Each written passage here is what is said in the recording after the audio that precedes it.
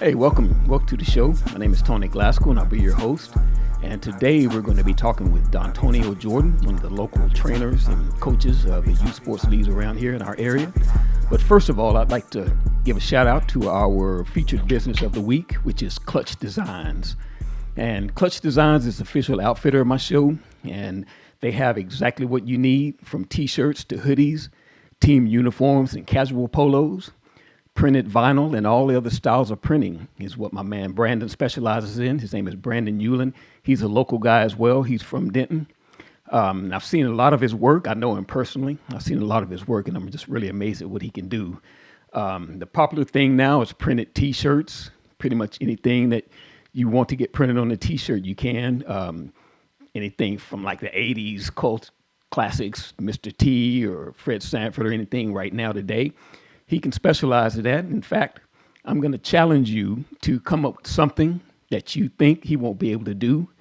A jersey or a hoodie design, basically any apparel that you can print on. If he can't do it, I will pay for something from his collection out of my pocket for you. So take me up on that challenge. He has actually done the shirts that we're going to give out to all our guests right now. Dontonio is going to get one as well. And speaking of Dontonio, we have him on the phone right now. Why don't you say hi to everybody, Dontonio? Hey man, how you doing? All right, man. You doing good today? Yes, sir. I'm doing well, man. I can't complain. All right.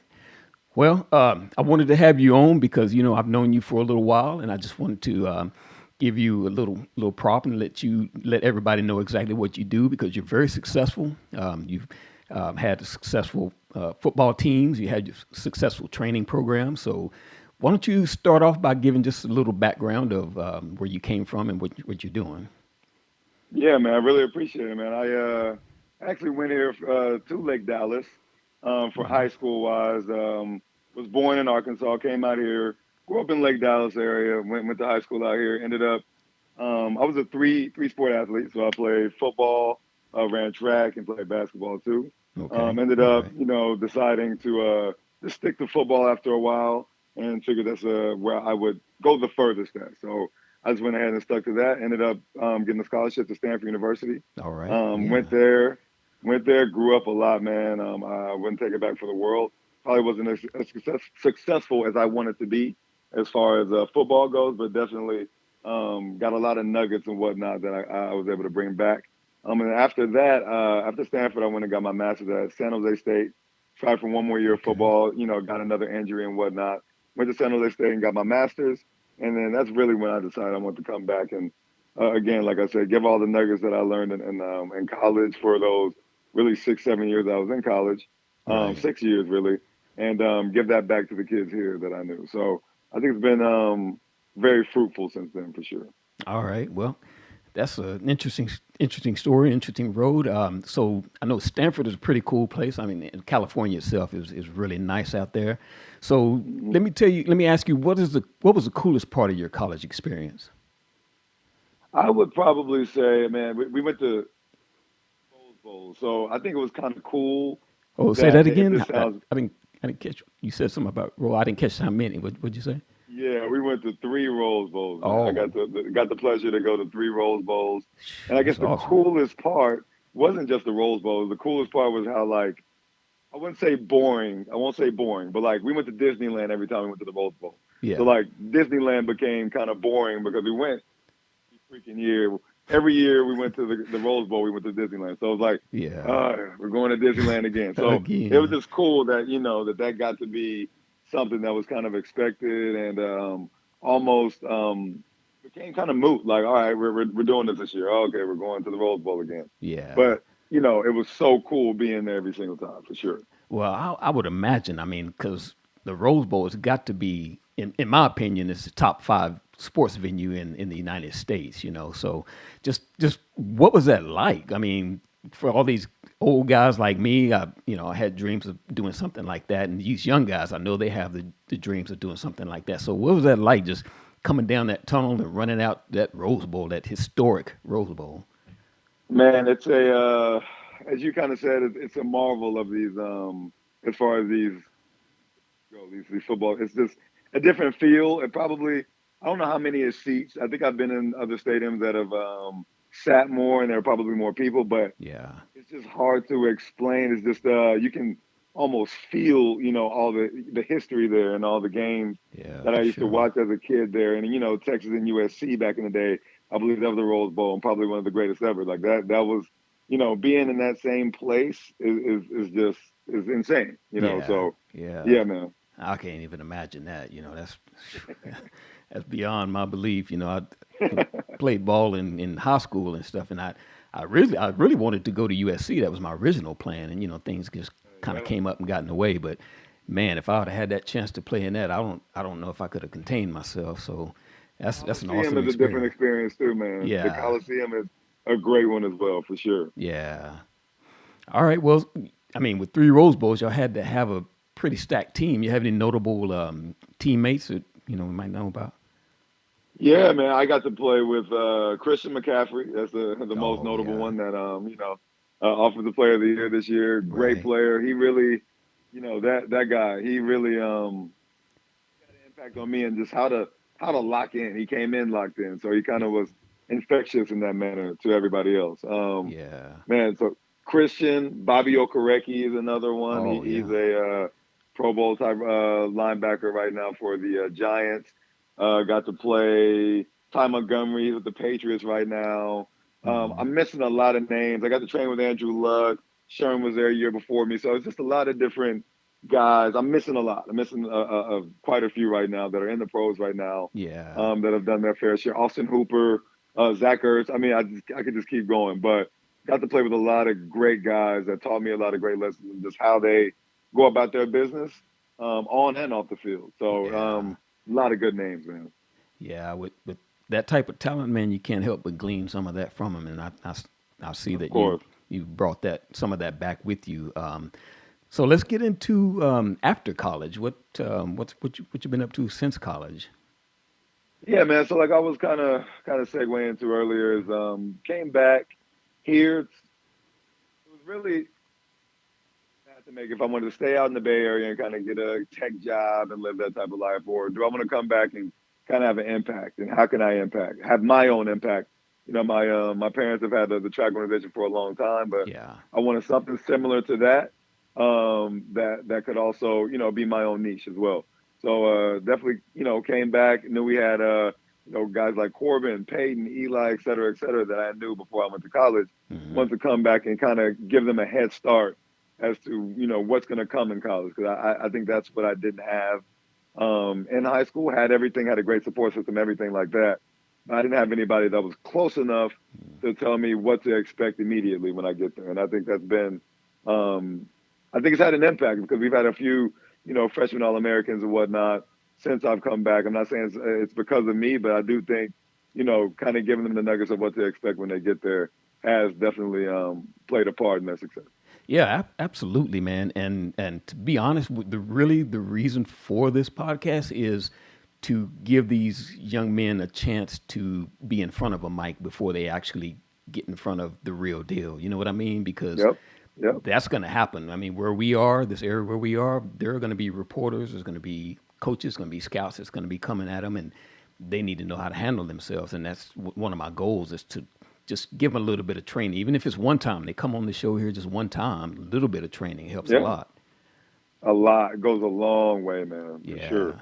And it can boost your branding with NIL and all this stuff these days. Oh, It can boost all absolutely. that type of stuff. Yeah, yeah. Speaking of that, so I know a lot has changed since you gotten out of college. So you mentioned NIL, and of course the portal has opened up. So what are your thoughts on the current state of the college football today?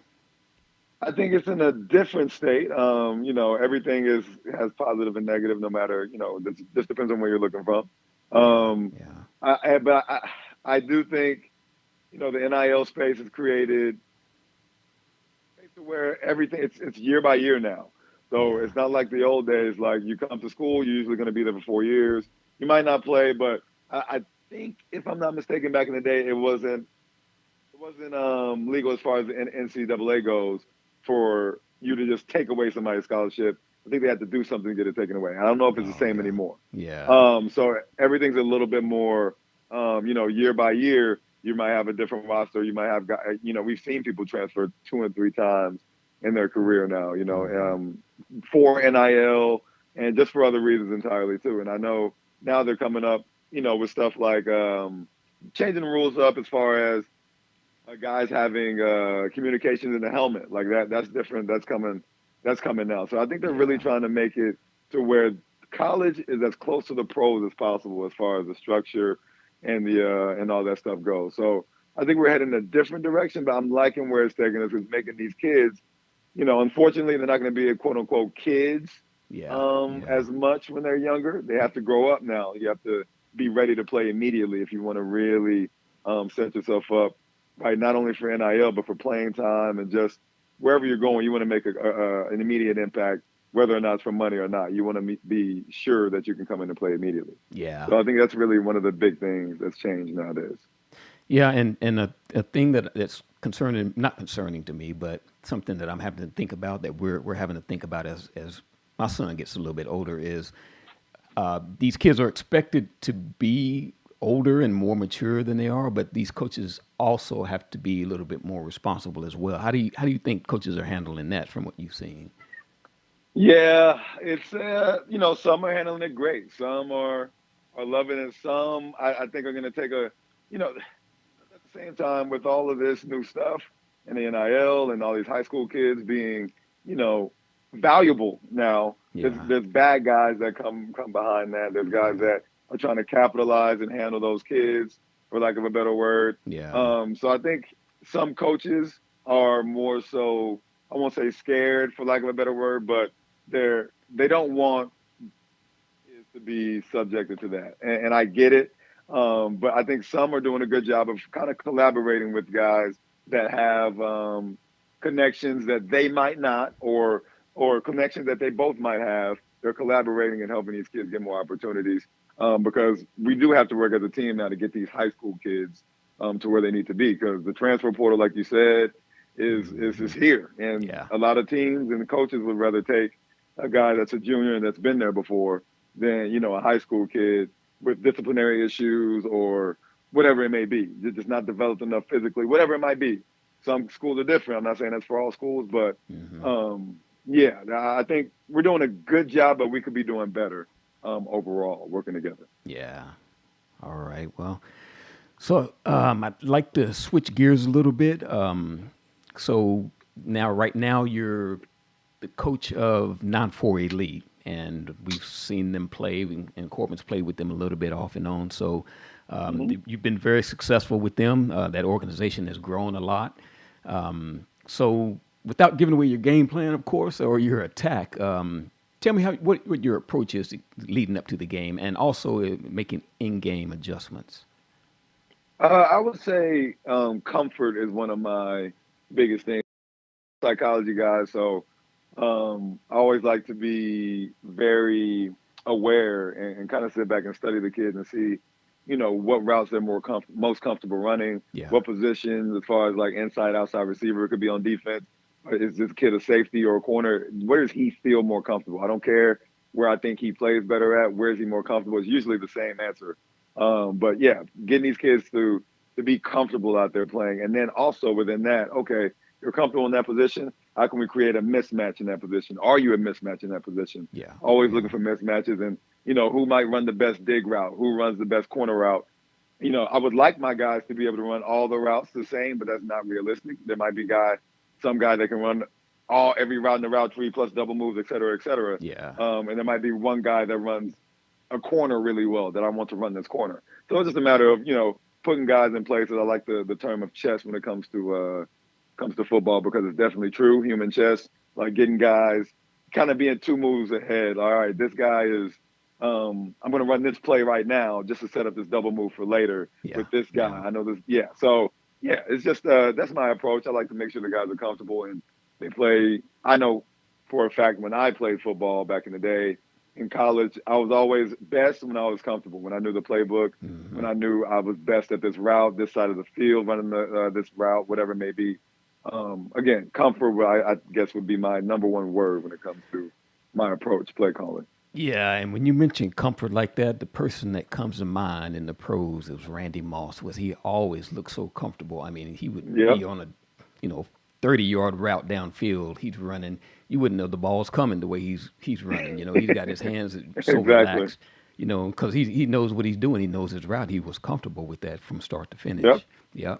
exactly. All right, so we're getting a little bit low on time, but I do have one more question for you. I want to Hmm. get your thoughts on um, what differentiates the good players from the great players. Great question, man. I think for sure, when I got to college, the big thing that kind of propelled me, I learned it later, too late. I guess my sophomore, junior, well, really my junior year is when I waited to really get down and dirty on my nutrition, like my Yeah, nutrition and my sleep habits, and just my preparation before practice. Not only games, but practice, like making sure I come in 20, 30 minutes before, stretching, activating my glutes, et cetera, rolling out, whatever I needed to do to make sure I was ready to play full speed, man. And just making sure that I was healthy, man, is the yeah, biggest thing. And yeah. all those things that are byproduct to great health. Okay. All right. That is very key. That's very key. So, um, D'Antonio, we're about at the end of the show, but man, I really appreciate the information. I appreciate you coming on and being patient with me, getting this show on. For I know we've sure. been trying to do this for a couple of weeks, but thank you for coming No on. problem, man. Before we go, I'd like to give one more shout out to Clutch Designs. All the information to get in touch with Brandon is going to be in the description below, or wherever you're watching. We'll have a link to get to them. And if you, like I said, take me up on that challenge. If you come up with something that he can't do, let me know. I'll get you something out of his inventory or something that he can produce for you and get that going for you. Once again, Don, I appreciate it. We'll have you on again for sure, and we'll talk to you guys later. Thank y'all for seeing us. Take it No easy. problem, man. Can't wait till next time. Yep, me too, man. Have a good night. All right, You goodbye. too.